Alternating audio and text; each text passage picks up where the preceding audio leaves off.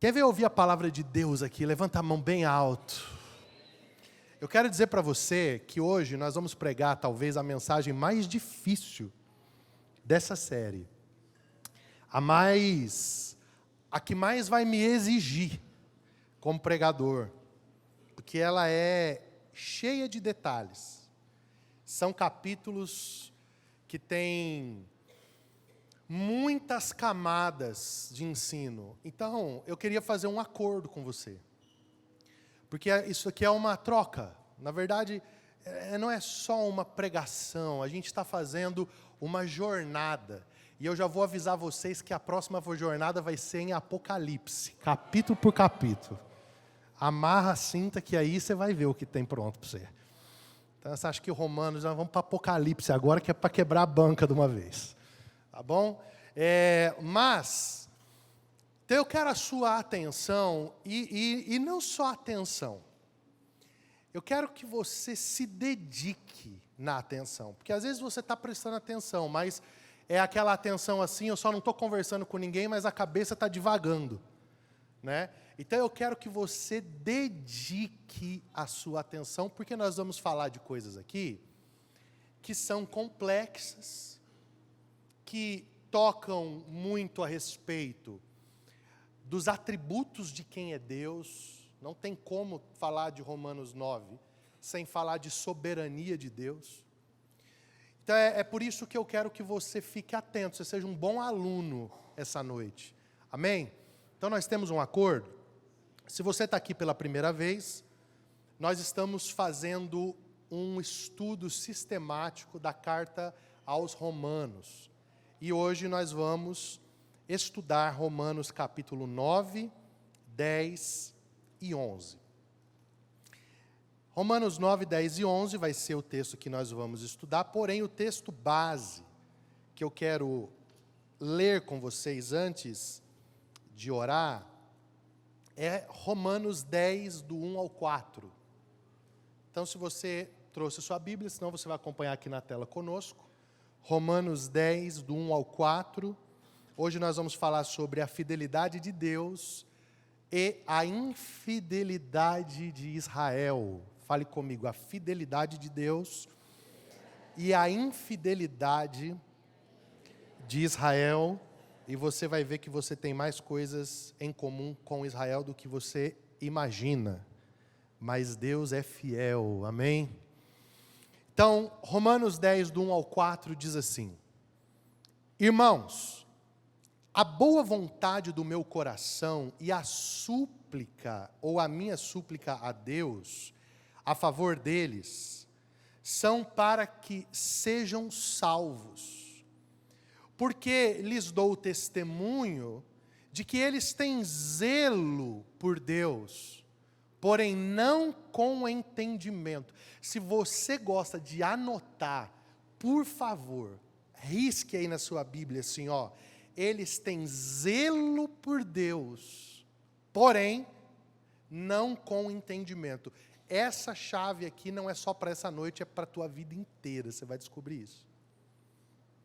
Porquanto, desconhecendo a justiça de Deus e procurando estabelecer a sua própria, não se sujeitaram a que vem de Deus. Porque o fim da lei é Cristo, para a justiça de todo aquele que crê. Então vamos repetir esse texto? Porque o fim da lei é Cristo, para a justiça de todo aquele que crê. Amém? Agora então, por favor, feche os seus olhos. E mais uma vez nós vamos orar para que o Senhor nos dê ouvidos aptos para discernir a sua palavra. Pai, em nome de Jesus, nós estamos aqui mais uma vez diante da sua palavra. Ela é a âncora da nossa alma, ela é a lâmpada para os nossos pés, ela é a luz para os nossos caminhos. E hoje à noite, mais uma vez, nós temos grandes mistérios da tua vontade diante de nós. Por isso nós te pedimos que o Senhor nos dê ouvidos abertos para ouvir a sua voz. Fala conosco, ilumina o texto bíblico. Espírito Santo, eu peço o seu trabalhar aqui entre nós, iluminando a tua palavra nos nossos corações, diante dos nossos olhos, para que nós tenhamos todo o proveito que ela tem para nos ofertar. E que saiamos daqui, nos minutos que temos diante de nós, cheios da tua plenitude. Assim nós oramos, em nome de Jesus. Amém e amém. Bom, queridos, a gente vem olhando a carta aos Romanos e vemos Paulo fazendo esse destaque a respeito da justificação através da fé em Cristo Jesus. Justificação essa que anula todo o mérito humano e faz com que toda a glória da salvação humana seja de Cristo. Nós já aprendemos aqui nas outras aulas que a graça, ela não é o oposto de santificação, mas ela é o oposto de mérito. Então essa graça, que é mérito exclusivo de Jesus, nos chama para uma vida santa, para uma vida justa. Mas tem algo que nós tocamos aqui, e se você não esteve, eu recomendo que você vá ao nosso canal do YouTube e assista às pregações anteriores, os ensinos anteriores, para que você possa entender. Lá atrás, quando nós lemos Romanos 1, 2 e 3 e Romanos 4, nós vamos prestar atenção que foi mencionado essa distinção entre gentios e judeus.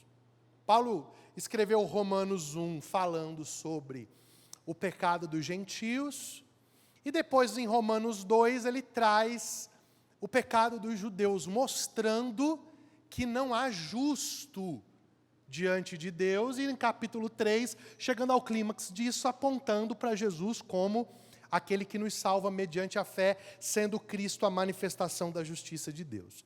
Bom, por que que Paulo faz isso? Isso é importantíssimo que nós compreendamos. Nós vemos Paulo trazendo a pauta dos judeus para a sua discussão teológica aqui em Romanos, porque a salvação, ela vem dos judeus. Quem disse isso foi o próprio Jesus em João capítulo 4. Você se lembra quando Jesus encontra com a mulher samaritana lá na beira do poço? E aí ele diz assim para a mulher samaritana: olha, vocês adoram o que vocês não conhecem. Nós adoramos o que conhecemos. Por quê? Porque a salvação vem dos judeus. O que Jesus está falando? Jesus está dizendo para uma samaritana que os judeus são o povo eleito. E esse é um nome que nós usamos muito. Atualmente, eu sempre vejo agora, esses períodos que o novo Estado de Israel entra em conflito, o pessoal começa, a fazer toda aquela discussão na internet. Eu fico rindo, às vezes, das exegeses do povo. Aí o povo fala assim: não, ninguém pode contra a nação eleita. Não é isso? É ou não é? Não tem como ganhar de Israel, porque Israel é a nação eleita. Então, isso é uma coisa que está bem construída no imaginário da igreja. Israel é o povo eleito. Israel é a nação eleita. E por que isso está estabelecido no imaginário do povo? Porque isso é o que a Bíblia diz. Se nós lermos Isaías 41:9, por exemplo, a Bíblia diz assim: olha, Deus falando para o povo de Israel: tu a quem tomei desde os confins da terra, eu te chamei dentre os mais excelentes e te disse: tu és o meu servo, a ti te escolhi e nunca te rejeitei. Não temas, porque eu estou contigo, não te assombres, porque eu sou o teu Deus, eu te fortaleço, eu te ajudo, eu te sustento com a destra da minha justiça. Então, afirmar que Israel é o povo escolhido de Deus é uma afirmação bíblica, correta, ok? Fala comigo assim, ok.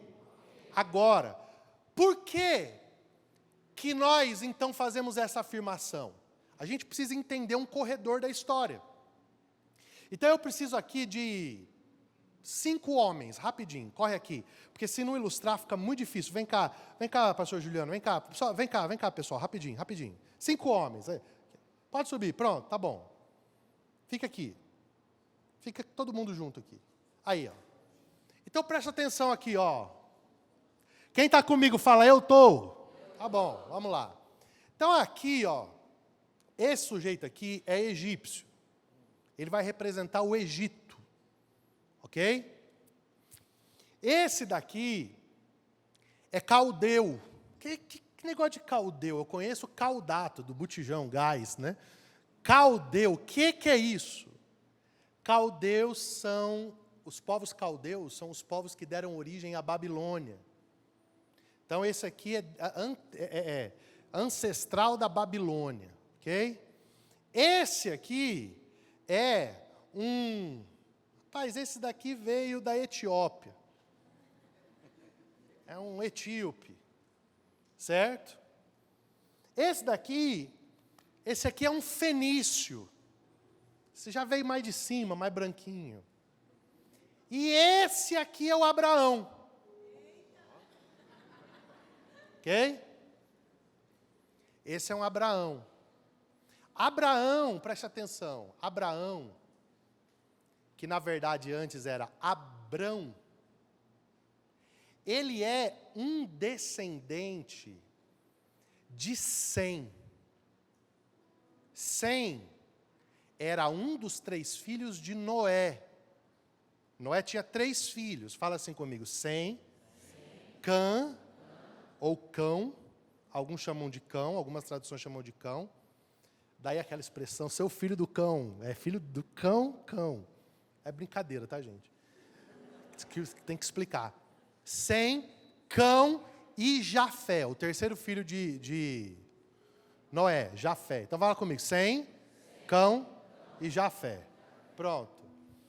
O Sem, você lembra lá quando Noé tomou aquela manguaça de vinho, amaldiçoou o cão, ele abençoou o Sem.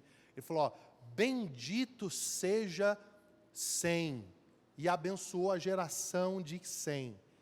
Da geração de Sem vieram os povos semitas.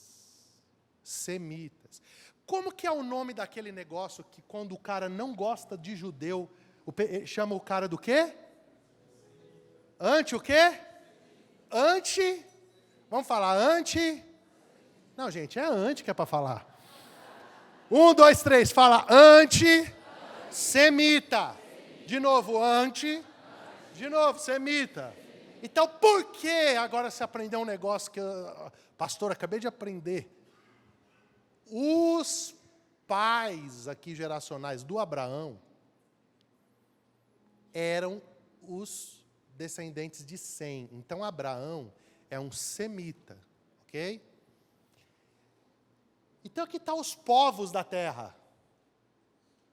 Então, fenício, etíope, caldeu e o egípcio. Deus vai escolher alguém para construir um povo que no meio das nações seja o povo que seja chamado pelo seu nome. O povo que ele seja conhecido através desse povo. E aí, o que Deus faz? Deus, no meio desses povos, vocês estão entendendo que os 4 da ponta ali, do lado do Abraão, eles estão representando todas as nações da terra, as etnias da terra. No meio de tudo isso, Deus vem, esse aqui está morando na terra desse aqui, ele está numa cidade caldeia, Ur, dos caldeus, então ele está aqui na terra deles, ele não tem terra ainda, ele não tem nada, ele é só uma pessoa comum. E aí Deus vem, isso aqui eu estou citando para você, Gênesis 12, e diz assim: sai da tua terra, do meio dos teus parentes, vai para a terra que eu te mostrarei, eu farei de você uma grande nação, abençoarei os que te abençoarem, amaldiçoarei os que te amaldiçoarem, e em ti serão benditas todas as famílias da terra. O Abraão saiu. Saiu junto com quem? Deus e Abraão. Levou o Ló, né? Não devia ter levado, mas... Veja aqui, ó. Tinha todo mundo aqui, não tinha? Sim ou não? Deus foi e fez o quê? Escolheu Abraão. Agora, pergunta para mim, por que Deus escolheu Abraão? Porque Ele quis. Não tem uma explicação, irmão. Ele quis. Ele quis escolher o Abraão. Ele podia ter escolhido outra pessoa no meio dos semitas. Não tinha um monte de semita? Não era só Abraão, tinha um monte. No meio desse povo todo, ele escolheu um, que foi o Abraão. Tá certo? Muito obrigado, nações. Lá no tribunal, lá no trono, lá a gente se encontra de novo. Mas lá no Apocalipse, pode ir embora, todas as nações. Não, você não, Abraão, fica aqui. Pelo amor de Deus. Você não pode ir embora, senão acaba. Jesus nem nasceu ainda, fica aqui. Aí veio o Abraão. Aí o Abraão casou com a Sara, que era Sarai. E ele era o Abrão, depois mudou os nomes. Ele casou. E aí, ele não tinha uma promessa de ter um filho? Sim ou não? Aí Deus deu um filho. Qual é o nome do filho? Isaac. Só que antes ele deu uma escapada com a secretária. Ideia da mulher, a escrava, Agar, nasceu o Ismael. Então, volta aqui. Você é o Ismael e ele é o Isaac. Fica aqui. Agora tem que ser filha indiana. Você fica aqui, o Isaac, fica aqui o Ismael. Pronto, gente. Preste atenção aqui. Preste atenção. De novo, de novo aqui. Esse aqui, eu estou falando da Bíblia, irmão. E ó, antes de você se chatear, eu sou um descendente de Ismael. Etnicamente, porque os meus avós, os meus bisavós, tataravó, tudo, vieram da Síria para São Paulo. Ó, meu pai é aquele ali, ó a cara dele de primo lá. Ó. Dá um tchau aí, primo, Habib. Tá vendo? Ó? É primo. Não tem crise. Olha o tamanho do nariz, você já sabe. Né? Eu moro ali no Monjolo, aí eu passo nos lugares, os caras falam para mim assim, Salam, Habib. Esses dias eu estava com sede, parei numa barbearia deles lá, eu falei, Habib, Salam. Não, Habib. Aí ele olhou, aí eu falei assim, quero água. Aí ele me deu a água dele, irmão. A moral. Toma aqui, primo. Eu tomei a água dele, shukran. Só acabou o árabe ali, fui embora. Só foi até ali, não tinha mais vocabulário.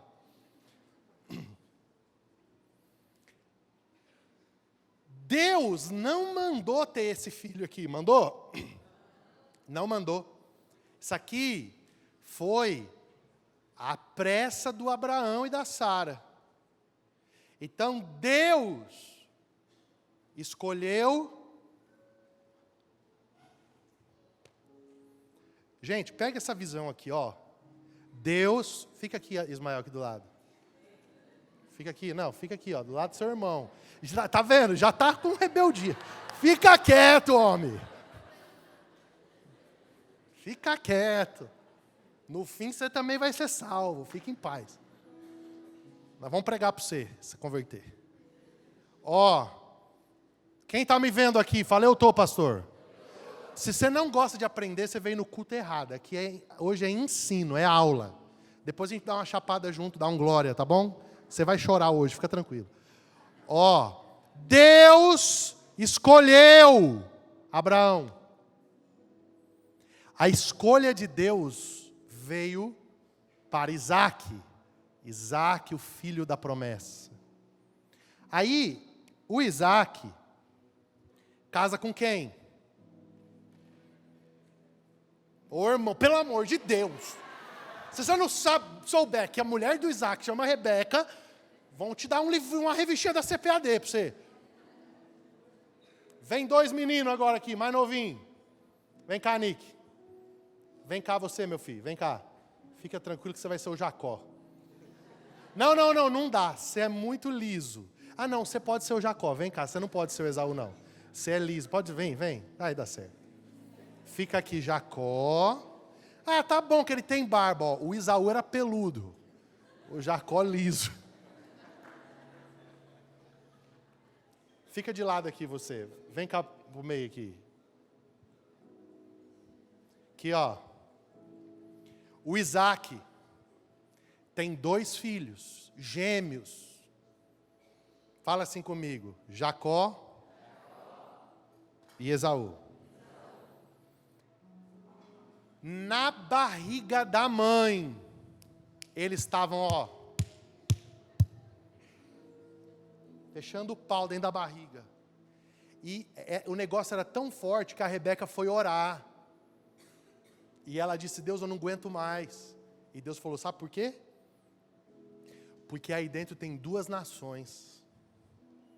Por que eles estão se estapeando aí? Tem 2 nações dentro da tua barriga. Só que é o seguinte, fala comigo, tem 2 nações. Mas só uma estava na escolha. Então aqui a escolha veio em quem? Põe a mão aqui. Jacó. O Esaú fica aqui. Aqui nós temos os ismaelitas, lembra que levaram o José para o Egito? E aqui nós temos Edom, os descendentes de Esaú. É o negócio quebrando direto com essa linha aqui, ó. O problema é de família. Mas deixa eu dar uma boa notícia. Todo pai sabe resolver o problema da família no final. Fica tranquilo. Só que aqui eu vou precisar agora de 12 homens. Tem 12? Vem cá vocês 12, rápido. Vem gente. Quanto mais tempo vocês demorar para vir, mais tarde o culto acaba. Bora, pesada. Pode ficar assim agora. Aí a gente vai terminar a conversa mais ou menos por aqui. Vem cá. Vem cá, mais.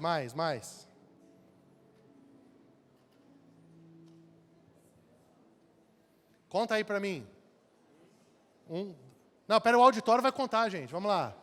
1, 2, 3. 1, 2, 3, 4, 5, 6, 7, 8, 9, 10, 11. Tá faltando um.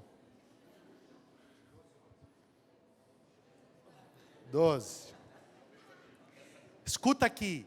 Quem souber o nome dos 12 filhos de Jacó, vai ganhar um livro meu. Quem sabe? Ninguém sabe? Só não pode usar o GPT. Sabe, Priscila? Então vem. Aí tem que falar no microfone. Agora o negócio ficou sério.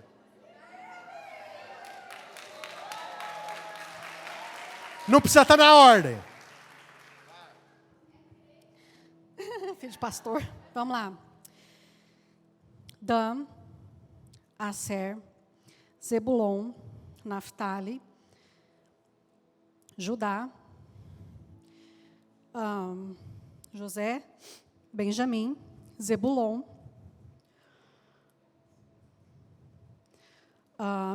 Manassés. Conta os 2? José não conta, vou te dar o desconto. Tá. Manassés, Efraim, perdi a conta, estou em quanto? 10? Tá quase. 7? Gente, vocês não contaram? Então, vou de novo. Aser, Naftali, Dan, Benjamim, Zebulon, Issacar, Efraim. Já falei Judá? Não. Judá. Calma aí. Já falei Manassés. Manassés. Calma, gente. Calma aí. Eu vou conseguir. Peraí, só tenho que lembrar qual que eu falei. Manassés. Já falei os 2 filhos de José. Rubem. Falta 2. Falta só um. Aser, Naftali, Dan, Benjamim, Issacar, Zebulon, Efraim, Judá, Manassés, Rubem. Só falta um para você fechar, porque José sai da conta. 10. Manassés. Peraí, então, deixa eu só fazer a conta deles aqui na minha cabeça, na tribos. Peraí. Ela vai conseguir. Peraí, gente, calma aí. Peraí, ó. Então, a gente tem Naftali, Issacar... Peraí. Naftali, Issacar, Judá. Aí a gente tem Zebulon, Aser e Dan. É esse que está faltando.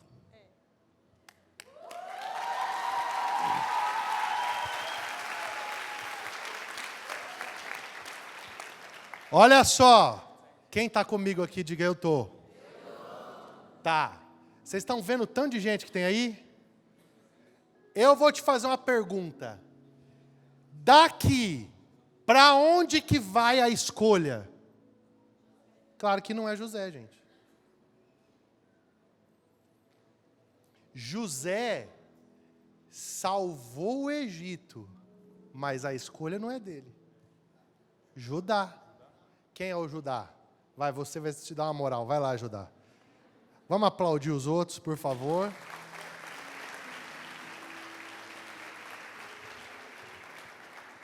Aqui eu prometo para você que terminou os teatros. Gente, olha aqui. Olha aqui. Abraão, Isaac, Jacó. Só que Jacó encontra com o anjo ó na perna dele. Não te chamarás mais Jacó, mas Israel. O povo de Israel. Aqui nós vimos todas as tribos. Mas a escolha está com quem? Judá. Daí a gente chama o povo de Israel de Ô, gente, vamos dar um aplauso. Por que judeus? Porque quando era nos dias de Jesus, as 10 tribos do norte de Israel foram dissipadas. Só estava nos dias de Jesus Judá e Benjamim, que fazia o reino de Judá. Daí então, a religião de Israel é o judaísmo. E vem agora aqui, Pedrinho, só para fechar. Quem é o membro da tribo de Judá mais famoso, mais extraordinário? Quem era um que tinha os olhinhos verdes assim, matador de gigante? Davi. Agora vem cá, Felipe. Quando aparece um moço lá na Galileia curando o povo, e ele está passando em Jericó, e ele vai curar um cego, o cego grita o quê? Jesus, filho de quem? Davi. Então fica aqui, meu filho. Aqui começou a nossa mensagem de hoje. Porque você tem que entender o seguinte, olha aqui. O povo de Israel só foi escolhido no Antigo Testamento para tudo isso desembocar onde? Aqui. Daqui para frente, tem uma outra nação escolhida. Vem cá, Juliano. Não. Volta lá você. Vem cá, Elisa. Vem cá que eu te ajudo. Vem cá. Tem que ser uma mulher. Ela é crossfiteira. Ó, fica aqui. Fica aqui. Porque, fala assim comigo, daqui para trás, só Israel. Agora fala daqui para trás, daqui para frente, a igreja. 1 Pedro 2:9. Põe no telão, por favor.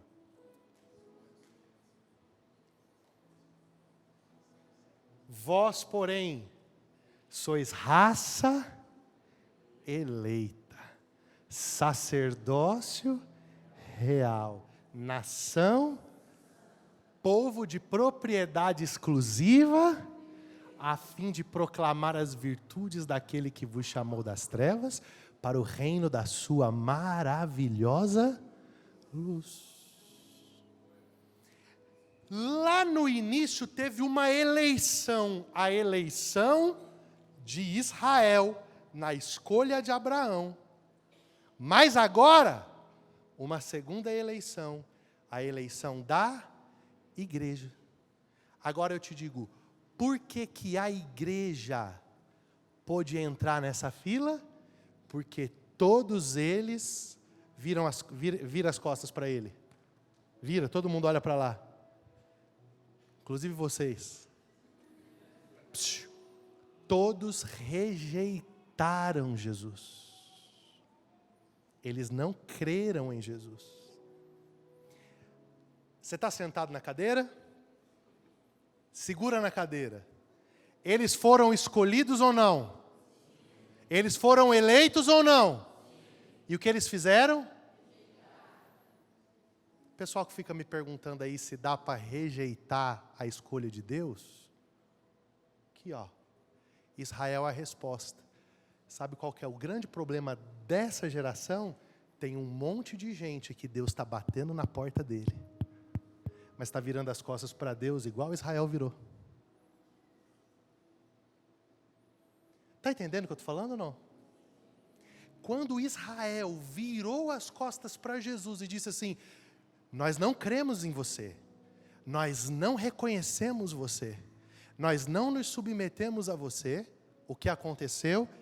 Ele abriu os braços e dele nasceu outra coisa que não existia, chamada Israel espiritual, a igreja, que na linguagem de Paulo aqui em Romanos é o jambuzeiro bravo que foi enxertado na oliveira. Por quê? Porque não era herdeiro das promessas de Abraão, porque as promessas eram para os judeus, mas os judeus o rejeitaram, então as promessas passaram a ser da igreja.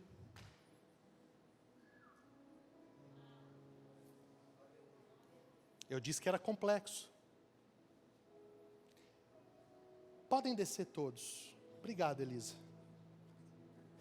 Ajuda ela aqui, Juliano, por favor. O Jefinho não está aí para ajudar. Crossfiteira desce sozinho. Aqui eu tenho uma coisa que eu quero colocar para você. Preste atenção nisso. Pare de supervalorizar a nação de Israel. Eu quero explicar isso para você até como um contexto escatológico. Eu vejo muitos cristãos fazendo o seguinte, é sempre no extremo, ou odeia Israel, e aí não tem noção nenhuma de Bíblia, né? Nenhuma, agora esse tempo aí da guerra, tem que acabar, Israel genocida, Israel tem que, vamos mandar bomba atômica lá para acabar com tudo do mapa. Cara, se acabar com tudo do mapa que está lá, Jesus vai voltar onde? Sendo que é lá que ele volta no fim dos tempos. Então esse é um extremo. O outro extremo é acreditar que o novo Estado de Israel que está lá, que é uma república, uma democracia, é o representante de toda a eleição de Deus. Isso só acontece no meio dos evangélicos porque eles não entendem Romanos 9, 10 e 11. Eles não entendem que, nesse momento que nós estamos, os judeus rejeitaram Jesus. E quem é a nação eleita? A igreja. Que inclusive na igreja tem descendentes de Ismael, descendentes de Israel, descendentes de fenícios, de caldeus, porque a igreja, ela só é a nação eleita não por causa de onde eu venho, na minha etnia, mas por causa de Jesus Cristo. Então, preste atenção comigo, quando o novo Estado de Israel fizer uma coisa, olhe como igreja, não olhe como fã.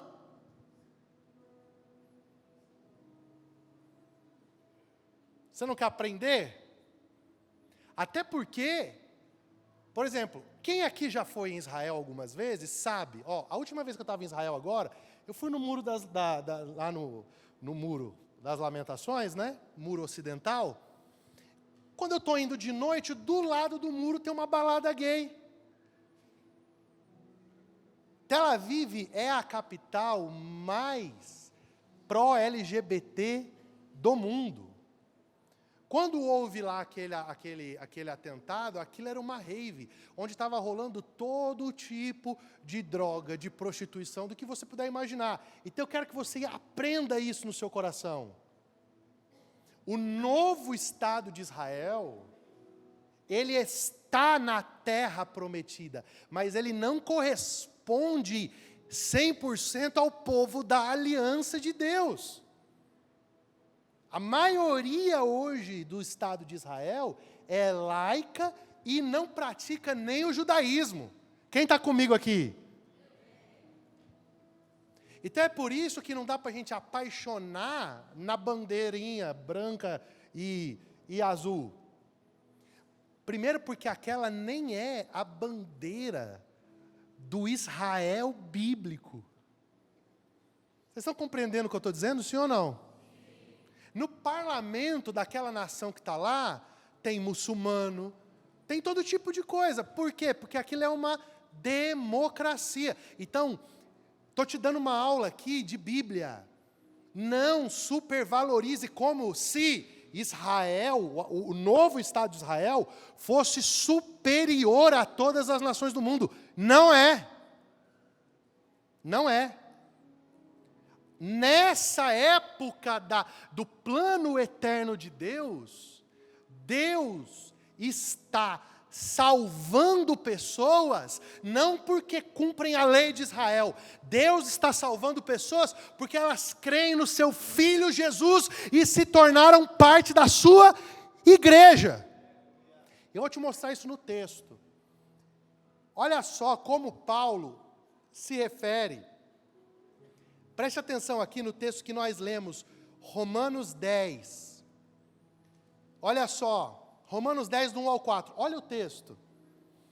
Irmãos, Paulo está escrevendo para uma igreja que está em Roma. Fala assim comigo, igreja, nação santa, povo escolhido. Só que na igreja tem americano, brasileiro, chinês, etíope, sim ou não?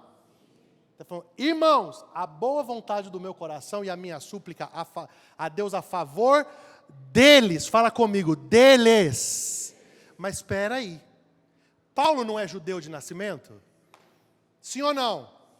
Só que quando Paulo está falando dos judeus que não creem em Jesus, Paulo está se incluindo aqui?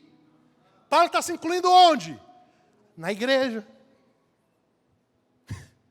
Paulo está falando, eu oro por eles, que rejeitaram Jesus, judeus, povo de Israel, eu oro por eles, a favor deles para que eles sejam salvos. Irmão, se eles são filhos de Abraão, se eles têm a lei, se eles têm as promessas, se eles têm tudo isso, por que que o apóstolo Paulo está falando que está orando para eles serem? Porque nessa época, depois da cruz, não tem mais nada fechado aqui. Tudo está fechado em Jesus e na sua igreja. Ou está na igreja, ou está fora. Por isso, fale assim para quem está do seu lado. Pela Bíblia, fala, pela Bíblia, não são todas as religiões que levam a Deus. Pela Bíblia não é. Está aqui o próprio apóstolo Paulo, judeu, falando de outra religião, a de onde ele veio, e dizendo assim, eu estou orando para eles serem salvos. É muito forte isso aqui, gente. Aí olha só, porque lhes dou testemunho de que eles têm zelo por Deus. Fala comigo, zelo por Deus. Porém, não com entendimento. Lembra que eu falei que esse versículo ia mudar a tua vida? Eu quero que você anote nas tábuas do seu coração. Não basta. Aqui na Bíblia, no Evangelho, não basta ser zeloso por Deus. Aqui eu estou incluindo boas obras, esmola, generosidade, oração, jejum, andar direito. Paulo está dizendo assim, os judeus, eles são zelosos por Deus, mas sem entendimento. Entendimento do quê? Da cruz. De tudo que a gente está falando aqui nessas quartas, sem entendimento da substituição, sem entendimento da graça, sem entendimento do que Jesus fez no nosso lugar. Então toda a estrutura religiosa, seja ela árabe, seja ela chinesa, seja ela italiana, seja ela budista, seja ela o que for, seja africana, seja brasileira, qualquer estrutura religiosa, por mais zeloso que você seja, se você não crê que Jesus morreu no seu lugar, e se você não crê no Evangelho, para Paulo, o apóstolo, não tem efeito algum, gente. Não te dá um negócio você ouvir isso aqui? Cara, não adianta, o cara fica 40 dias sem comer. O cara pega uma cruz, carrega daqui até Aparecida. O crente fica 20 dias no monte. Só que ele não tem entendimento de Jesus, ele não crê na cruz de Cristo, ele não se gloria no sacrifício de Jesus. Sabe o que isso vale, Paulo está dizendo? Nada. Versículo 3. Porquanto desconhecendo a justiça de Deus, e procurando estabelecer a sua própria. Sabe o que ele está dizendo?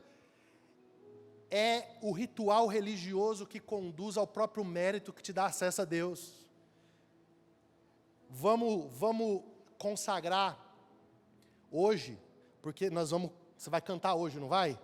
Então vamos consagrar hoje para Deus te usar. Não, como eu vou pregar hoje, eu não posso comer, eu só vou comer depois do culto. Não, o dia que eu vou pregar é o dia que eu tenho que comer mesmo, porque eu vou gastar um monte de caloria. Eu não jejuo para Deus me usar. Eu jejuo para o pecado não me tomar. É para isso que eu jejuo. Não é para Deus me usar. Porque Deus me usa pela sua graça. Deus me usa porque Ele é Deus. Eu jejuo para mortificar a minha carne. E não tem mérito. Não, nós vamos jejuar agora para o culto ser uma bênção. Não, o que faz o culto ser uma bênção? Não é o jejum que eu faço para o culto ser uma bênção. Até porque o que é o culto ser uma bênção, gente? Se quem recebe o culto é Deus que tem que falar se o culto foi uma bênção. E qual é o culto que é uma bênção? É aquele culto que não é só com a boca, mas é com a vida, é com a entrega, é com tudo que eu tenho. Esse é o culto que é uma bênção. Não é o culto da performance.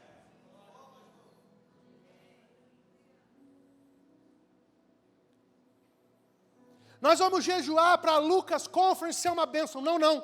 A Lucas Conference vai ser uma bênção. Nós vamos jejuar para a nossa carne não atrapalhar o que Deus vai fazer. Nós vamos jejuar para nós não nos envaidecermos com o resultado do que Deus vai fazer. Nós vamos jejuar para nós estarmos convictos do Evangelho o suficiente para pôr a mão no demônio e o demônio sair em nome de Jesus. Mas nós não vamos jejuar para Deus fazer nada, porque tudo que Ele tem que fazer já está feito. E foi feito na cruz. O problema não é Deus fazer, o problema é eu não atrapalhar, meu amigo. E aí eu tenho que jejuar, aí eu tenho que orar, aí eu tenho que ler a Bíblia. Não é para Deus fazer nada.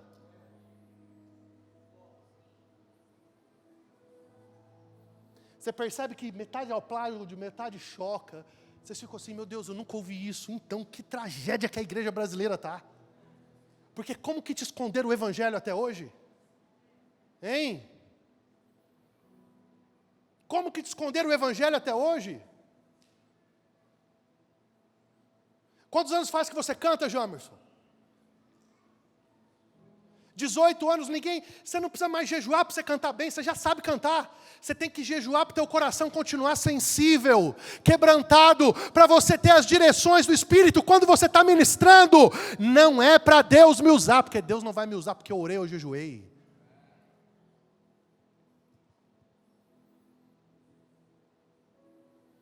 Aí se você jejua, ora e Deus te usa, qual é o seu sentimento? Se eu jejuar mais, Deus vai me usar mais? Não, não necessariamente.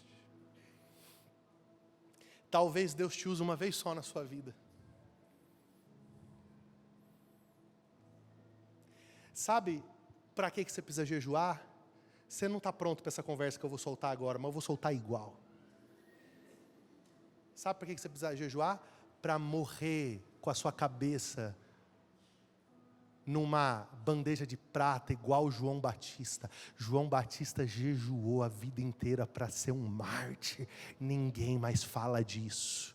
Porque o cara não quer deixar o cigarro, não quer deixar a maconha, não quer deixar o adultério, não quer deixar o açúcar. Como é que ele vai deixar a cabeça em cima de uma bandeja?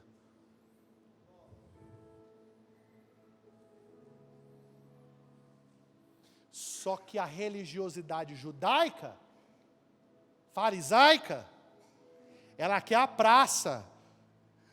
Eu jejuo 2 vezes por semana. Eu não sou igual esse pobre fariseu. Jesus contando a parábola, o fariseu está com a cabeça baixa e dizendo, Deus, eu não sou nem digno de estar aqui. Jesus olha e fala, quem desceu justificado?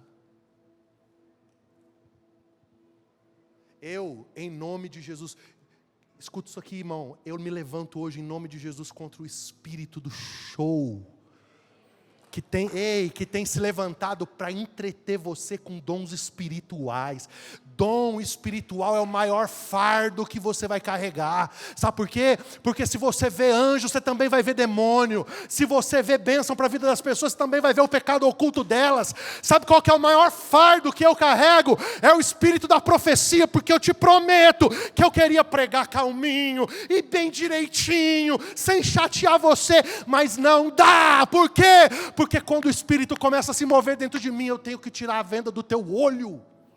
Senão você vai para o inferno com toda a tua arrogância que você ganhou jejuando, porque você pensou que isso tinha a ver com você. Não tem a ver com você, judeu. Tem a ver com Cristo. Tem a ver com Cristo. Tem a ver com Cristo. Não é mais Abraão, não é mais Isaac, não é mais Jacó, não é mais Davi. É Cristo. Cristo e a sua noiva.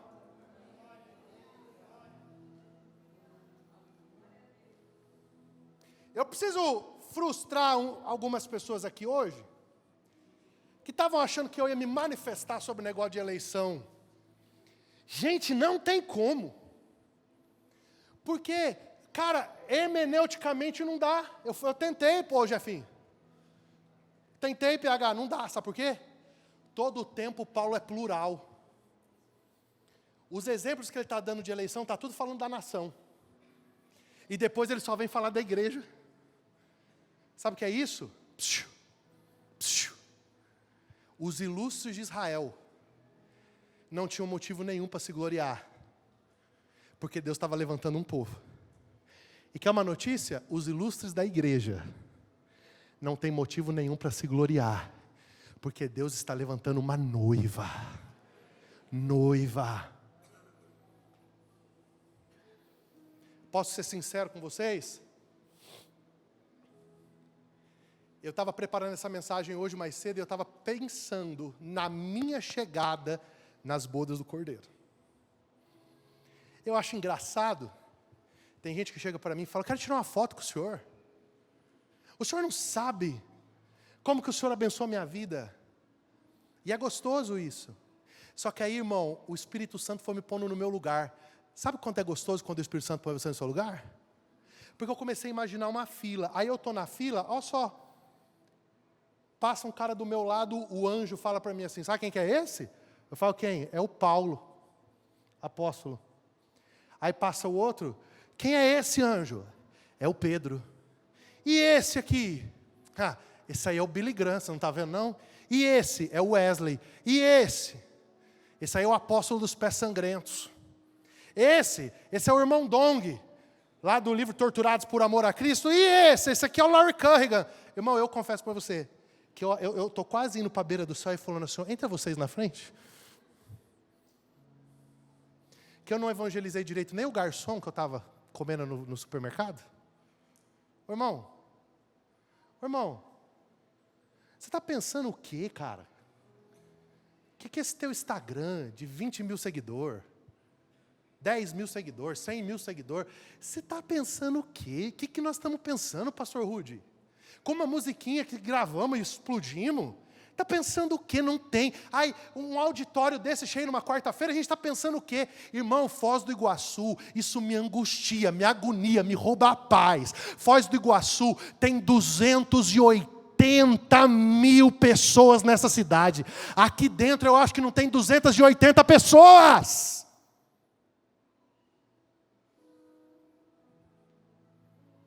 Para quem nós pregamos o Evangelho? Então, qual a glória que nós temos? Fala assim comigo. Zero. Nenhuma.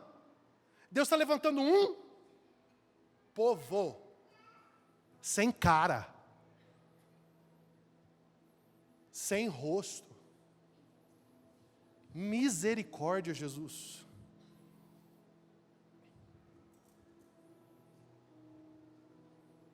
Se Deus nos der 10 mil pessoas, você tem noção que tem 270 que precisam ouvir de Jesus ainda?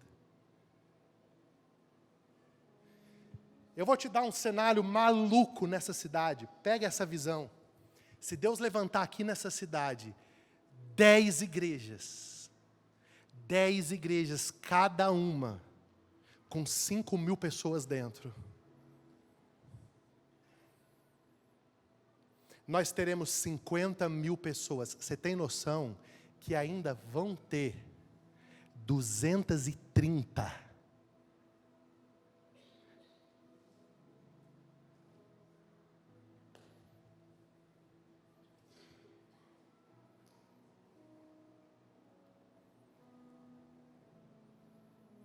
E quando eu estou lendo esses 3 textos, eu começo a ficar ruim. Por quê? Porque eu começo a ver o coração do apóstolo Paulo. Você quer ouvir o grau de uma intercessão? Põe na tela Romanos 9:1 para mim. Eu estou caminhando para terminar.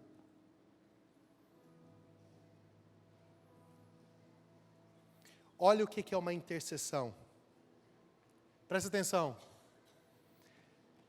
Digo a verdade em Cristo, não minto, testemunhando comigo no Espírito Santo a minha própria consciência. Tenho grande tristeza e incessante dor no coração, porque eu mesmo desejaria ser anátema, maldito, separado de Cristo, por amor de meus irmãos, meus compatriotas, segundo a carne. Para aqui. Sabe o que Paulo está dizendo? Eu preferia ir para o inferno, e os meus irmãos serem salvos. Ele não está falando de perder a cabeça numa guilhotina. Ele está dizendo assim, ó, o nome ser tirado do livro da vida. Só tem 2 pessoas na Bíblia que fazem essa oração, só 2. Paulo e Moisés. Moisés diz, Deus, risca o meu nome do livro da vida, mas não mata esse povo. Paulo diz assim, eu preferia ser maldito e ser separado de Cristo, por amor dos meus irmãos que precisam de salvação. Irmãos, eu quero dizer uma coisa para vocês. Eu entendi por que nós não alcançamos as pessoas mais. Porque nós não temos mais esse sentimento. Essa nossa era do respeito à diversidade instalou na geração Z, nos milênios e por aí vai, que a gente tem que respeitar o que o outro crê.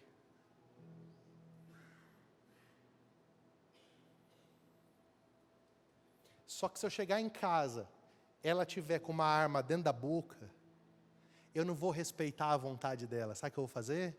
Eu vou meter a mão nessa arma e vou arrancar da boca dela. É assim ou não é? Se ela estiver na beira da janela para se jogar, o que eu vou fazer?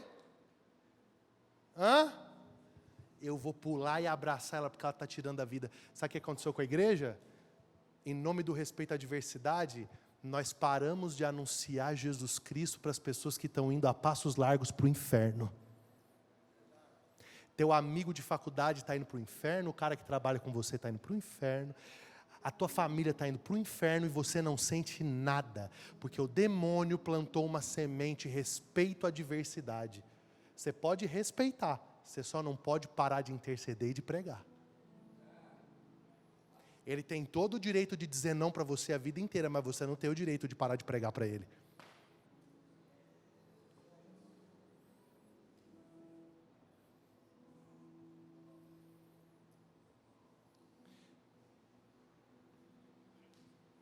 Não dá. Paulo está dizendo assim, ó, eu queria que meu nome fosse riscado do livro da vida, mas eu queria que esse povo fosse salvo. E aí sabe o que Paulo traz para nós? Diante da perdição que os judeus entraram, olha só o que Paulo diz. Paulo estabelece a lógica da missão, meninos. Entenda. Paulo vai começar a desenhar a ideia de um remanescente judeu que vai se converter. Só que ele diz o seguinte, Romanos capítulo 10, versículo 9. Se com a boca confessares Jesus como seu Senhor, e em teu coração creres que Deus o ressuscitou dentre os mortos, você será salvo. Meu irmão, eu te confesso que eu nunca li Romanos com essa densidade de que Paulo tem os judeus como alvo, cara. Ele está mostrando para os gentios. Sabe por quê? Qual que é a pior coisa que um judeu nunca vai fazer? Confessar que Jesus ressuscitou dentre os mortos, que Ele é o Messias. Só que se ele não confessa que Jesus ressuscitou dentre os mortos e que Ele é o Messias, ele tem salvação? Não tem salvação, cara. E aí Paulo vai constranger agora. Romanos 10 e 13. Porque todo aquele que invocar o nome do Senhor será? Versículo 10 e 14. Agora os missionários tremem agora. Agora os missionários vão chorar. Ó, já começou a chorar ali, ó. Como, porém, invocarão aquele que não creram? E como crerão naquele que de nada ouviram? E como ouvirão, se não há quem pregue?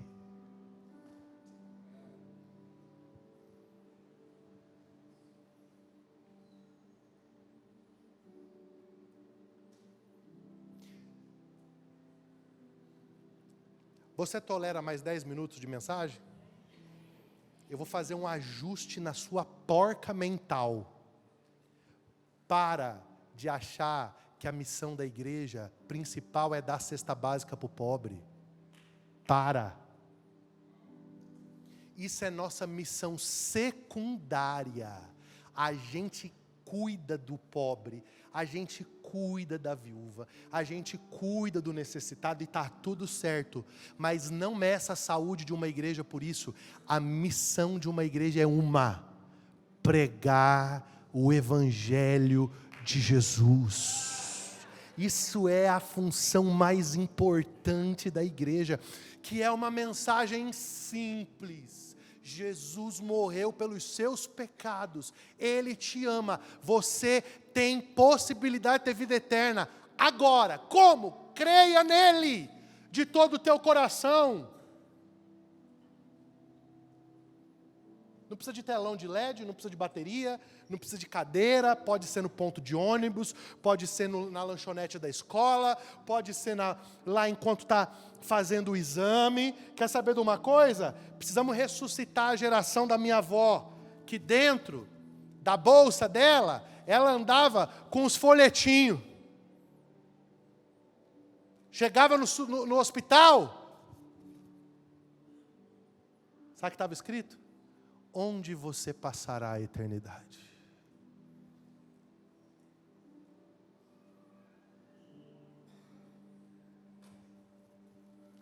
Como ouvirão se não há quem pregue?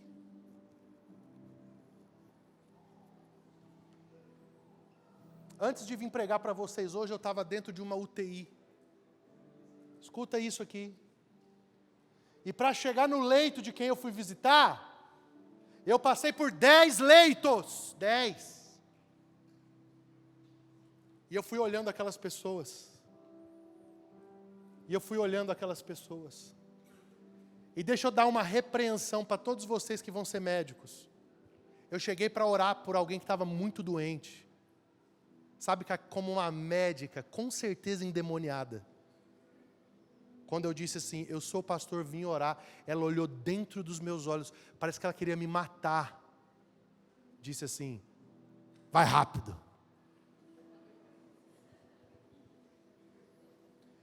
Irmão, eu creio em Jesus, mas se eu fosse médico e chegasse, como é que chama o cara lá da mesquita lá? O sheik. Chegasse o pai de santo. Eu quero entrar aqui, cara, eu sou médico, é hora da visita religiosa, eu quero que tu me assista, minha filha. Se comentar no meu Instagram, ainda vai tomar um processo por intolerância religiosa. A gente tem que invocar de volta o nosso lugar nessa sociedade, irmão. Se tem pastor ladrão, se tem pastor corrupto, se tem igreja que não presta, existe uma igreja verdadeira, que se levanta no meio desse tempo, e que precisa ser respeitada pela pregação do evangelho.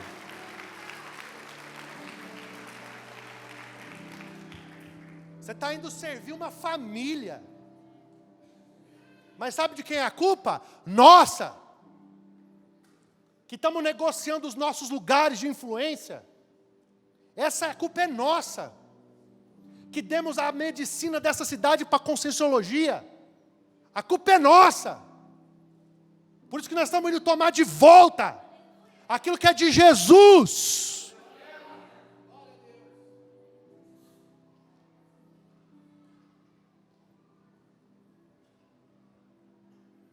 Ai, papai, me segura. A gente tem que respeitar todo mundo. Ninguém respeita mais a gente. Se um pastor fala qualquer coisa, é linchamento moral. Mas ninguém mais quer respeitar a gente. Porque vocês não se deram respeito. Eu não, eu me dou respeito. Eu vou te falar, quer que eu te diga uma coisa? A maioria dos pastores se dá o respeito. Por causa de 2 ou 3, a classe inteira está sofrendo. A maioria dos pastores se dá o respeito. A maioria dos pastores é gente que está dando a vida para servir os outros.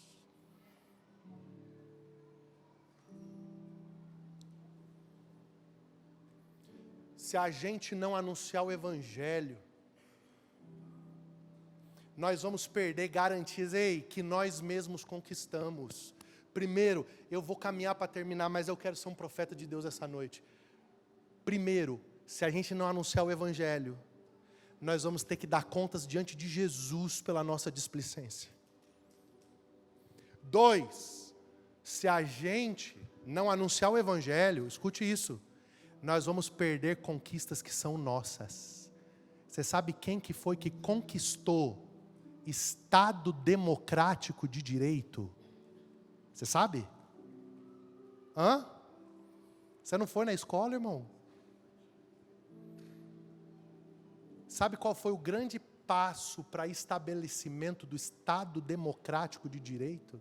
A reforma protestante, que separou a religião do Estado e estabeleceu a laicidade do Estado. Isso é conquista. Você sabe quem foi que conquistou a primeira grande légua da abolição da escravidão no mundo? Sabe quem foi?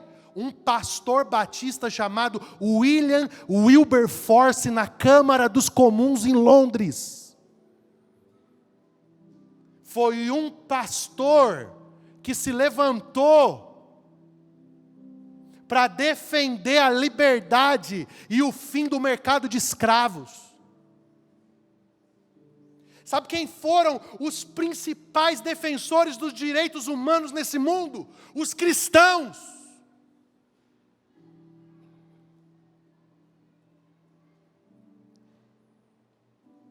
Sabe quem começou a fundar hospitais? Gente, eu vou fazer uma coisa que essas coisas vocês deviam postar. Eu vou fazer vocês dentro de uma igreja evangélica dar um aplauso para o catolicismo, porque você sabia que quem manteve a saúde pública em muitos lugares foram as Santa Casas de Misericórdia, financiadas não pela iniciativa pública, mas fundadas por cristãos. Pode aplaudir aí a Santa Casa.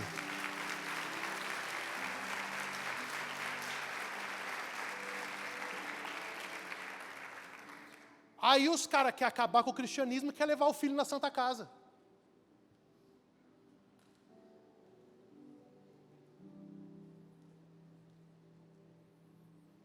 Sabe por quê?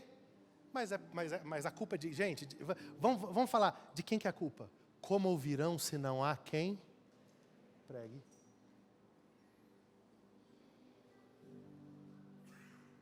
Sabe por que tiveram as Santa Casas? Porque tiveram médicos que não pensaram só em quanto dinheiro iam ganhar. Eles pensaram em quantas vidas eles poderiam salvar. Porque as denominações abriram mão de construir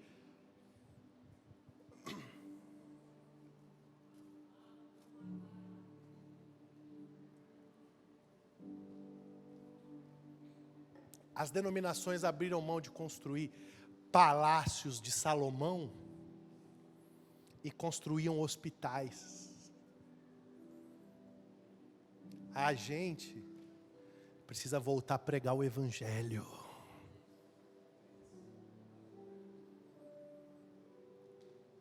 Porque se a gente não pregar o evangelho, escuta isso que eu vou falar para você, em 30 anos,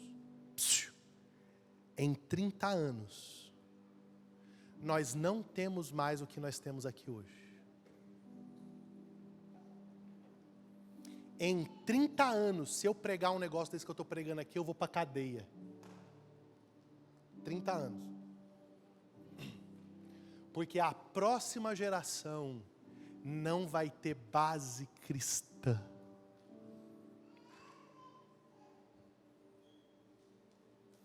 Como ouvirão se não há quem pregue? Eu quero terminar lendo com você Romanos 10 e 21. Olha aqui na tela, por favor. E depois nós vamos orar com um peso de quebrantamento no nosso coração. Quanto a Israel, porém, diz: todo o dia estendi as mãos a um povo rebelde e contradizente. Olha para mim, você sabe qual que é o maior temor do meu coração como pastor nessa época? É que nós somos disparadamente a geração que mais ouviu sobre a Bíblia de todos os tempos. Mas nós somos a geração que menos ouviu o Evangelho.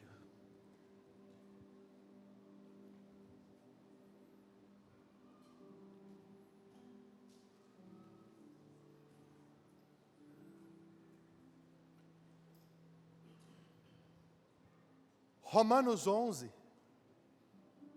Paulo vai falar para a gente algumas coisas. Primeiro, a rejeição é parcial. Nem todo Israel não crê. Segundo, a rejeição é temporária. Romanos 11:11. Terceiro, a rejeição é redentora. Por causa que eles rejeitaram, nós temos acesso. Mas tem uma coisa linda. Romanos 11, 25 a 26. Porque não quero, irmãos, que ignoreis esse mistério, que veio o endurecimento em parte a Israel, até que haja a plenitude dos gentios. E assim, todo o Israel será salvo. Sabe o que Paulo está dizendo? Nos últimos dias, nós vamos ver uma conversão em massa acontecendo de judeus ao cristianismo. Nos últimos dias nós vamos ver uma conversão em massa de judeus. Por quê? Porque no fim de todas as coisas, a aliança que Deus fez com Israel, ela prevalece. Mas a minha pergunta para você que está aqui hoje, essa noite é: quem vai fazer o trabalho? Quem vai fazer o trabalho?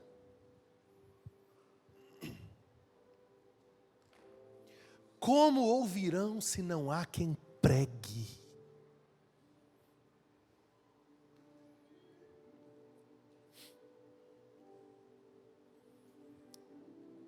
Quando eu tinha 15 anos, os pregadores vinham pregar na igreja, os meninos ficavam sentados assim, ó, terminava o culto, eles vinham pedir o sermão. Pastor, me dá a pregação. Eu ficava assistindo os Gideões missionários, dentro do quarto, trancado. Meu sonho era pregar. Hoje, 23 anos depois de pregar, 23 anos, pregando. Sabe o que eu descobri? A missão é tão grande, que não é do púlpito que a gente vai fazê-la.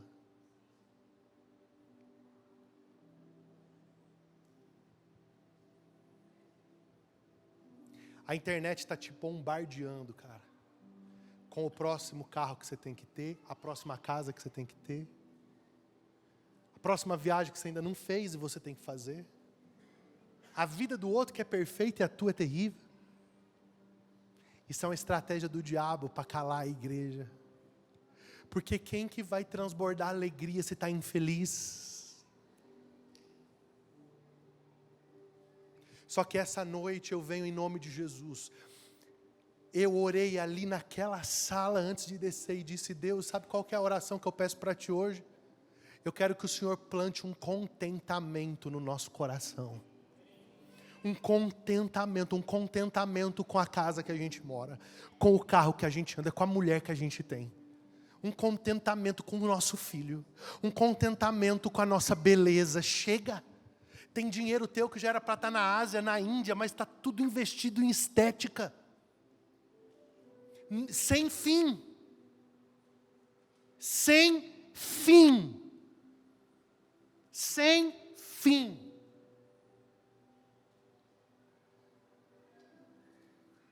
Sem fim.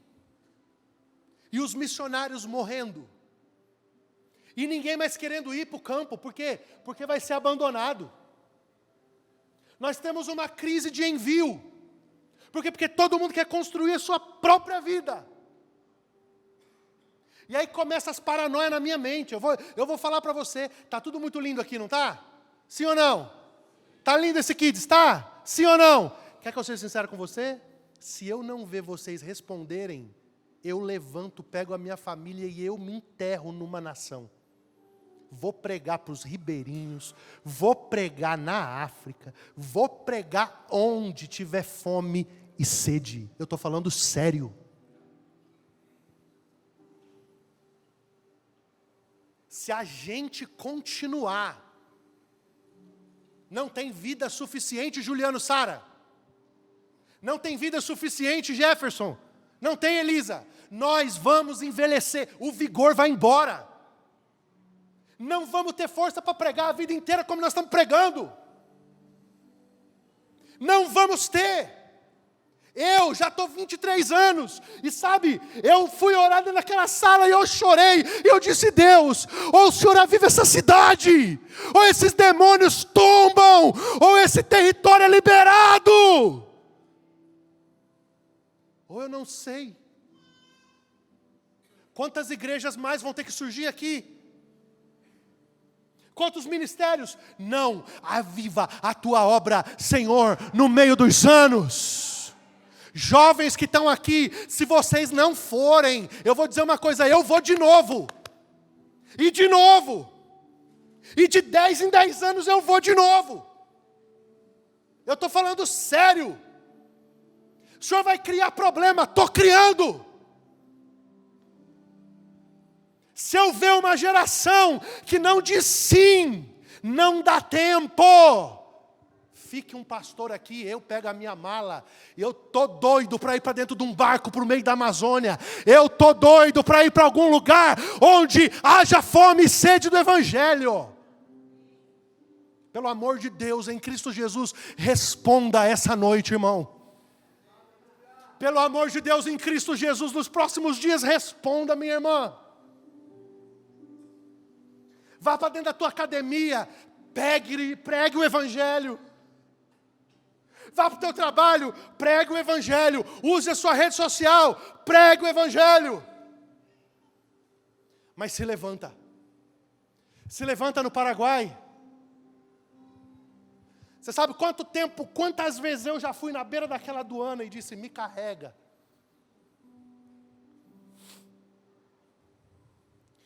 Por quê? Porque a fome por Deus, ela tem um poder, irmão. Escuta, ela não atrai só Deus, ela atrai os homens e as mulheres de Deus. Esse é o tempo. Essa é a hora. Eu não aceito mais ver essa igreja vazia num dia de domingo. Quem está comigo aqui? Cadê os ministros? Por favor, me ajuda. Eu não aceito mais. Chega domingo, a igreja está vazia. Por quê? Porque foi para o parque, porque foi para a praia, porque foi para onde? Para onde? Domingo é dia de culto. Domingo é dia de Deus. Domingo é dia de encher o coração com a palavra. Onde isso? Eu te desafio, me encontre um domingo na minha vida, nos últimos 23 anos, que eu não estou gastando a minha voz, a minha vida, o meu pulmão, tudo que eu tenho pregando o Evangelho. Não tem. Não tem. Só que nós vamos nos levantar. Eu estou falando sério com você essa noite. Ei, eu não estou sozinho no que eu estou falando aqui. Deus enviou espíritos ministradores que estão comigo aqui essa noite para dizer uma coisa para você. Chega, deu, é chegado um novo tempo. Deu.